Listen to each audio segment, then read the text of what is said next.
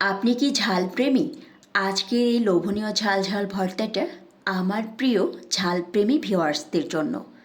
কারণ যারা ঝাল খেতে পছন্দ করেন তাদের জন্য একদম পারফেক্ট একটা রেসিপি, যেটা গরম ভাতের সাথে জাস্ট লোভনীয়। এইরকম একটা ঝাল ঝাল লোভনীয় আর ভীষণ ফ্লেভারফুল একটা ভর্তা পাটায় পিষবো আর পাটায় ভাত খাবো না, সেটা তো আমি মানতেই পারি না। তো চলুন ফুল রেসিপি দেখতে। Let's get cooking and welcome back to Dilshaharaj world. থামলেন দেখে নিশ্চয়ই এত সময় বুঝতেই পেরেছেন যে আজকের ভর্তাটা কি হতে যাচ্ছে। আজকের ভর্তাটা হচ্ছে কাঁচামরিচের ভর্তা। আপনি চাইলে এই ভর্তাটা পাটায় পেশার ঝামেলা ছাড়াও হাত দিয়েও কিন্তু চট করে করে নিতে পারবেন। আচ্ছা, একটা প্যানে 2 টেবিল স্পুন রেগুলার রান্নার তেল দিয়েছি, আর তেলটা যখন গরম হয়ে গিয়েছে সেই পর্যায়ে আমি কাঁচামরিচ দিয়েছি। আর কাঁচামরিচটা হয় কি, অনেক সময় গরম তেলে দেওয়ার সাথে সাথে ফুটে ওঠে, সেটা যাতে না হয় সেজন্য আমি এখানে একটা ঢাকনা ব্যবহার করেছি। দেন কাঁচামরিচের কালারটা যখন চেঞ্জ হয়ে যাবে, ভাজতে ভাজতে যখন কালারটা চেঞ্জ হয়ে যাবে, তখন কাঁচামরিচগুলোকে তুলে নিচ্ছি।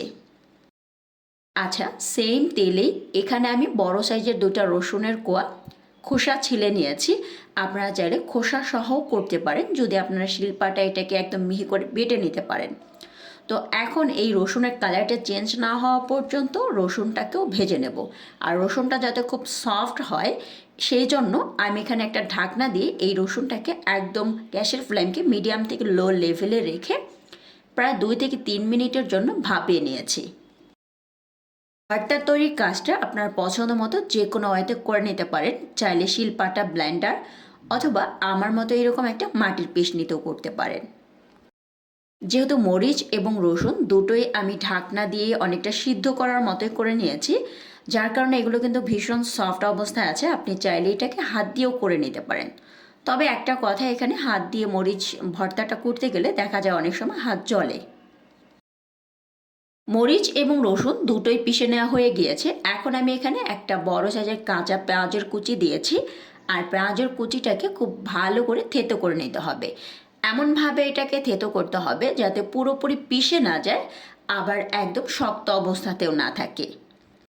মরিচ ভর্তাটা অনেকেই অনেক ধরনের রেসিপিতে করে থাকেন, তবে আজকে আমি যে কাঁচামরিচের ভর্তাটা করছি সেটার অথেন্টিক টেস্টটা ধরে রাখতে এখানে অবশ্যই কাঁচা পেঁয়াজেরই ব্যবহার করতে হবে।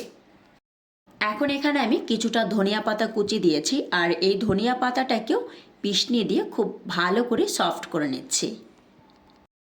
আমি আপনাদেরকে কথা দিচ্ছি, কাঁচামরিচের ভর্তাটা যদি এইভাবে একবার করে খেতে পারেন তাহলে কিন্তু আপনি এর স্বাদ ভুলতে পারবেন না। কারণ কাঁচামরিচের ভর্তাটা এইভাবে করলে এটা খেতে অসাধারণ লাগে।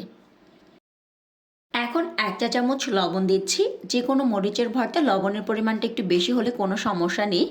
আর আমার পছন্দ মতো আমি এখানে কাঁচা সরিষার তেল দিয়ে নিয়েছি।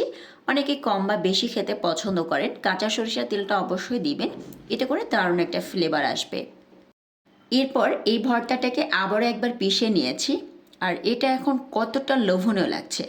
ভর্তাটা যেহেতু আমি এখন নিজ হাতে করছি, তাই এর সুন্দর ফ্লেভার আর লোভনীয় লুকটা আমাকে ভীষণ আকৃষ্ট করছে।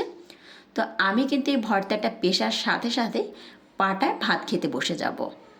আশা করছি আজকের লোভনীয় এই ভর্তার রেসিপিটি আপনাদের কাছে অনেক ভালো লেগেছে। ভালো লেগে থাকলে দিলশাহারাজ ওয়ার্ল্ড চ্যানেলের সাথে থাকার আমন্ত্রণ করছি। আসসালামু আলাইকুম।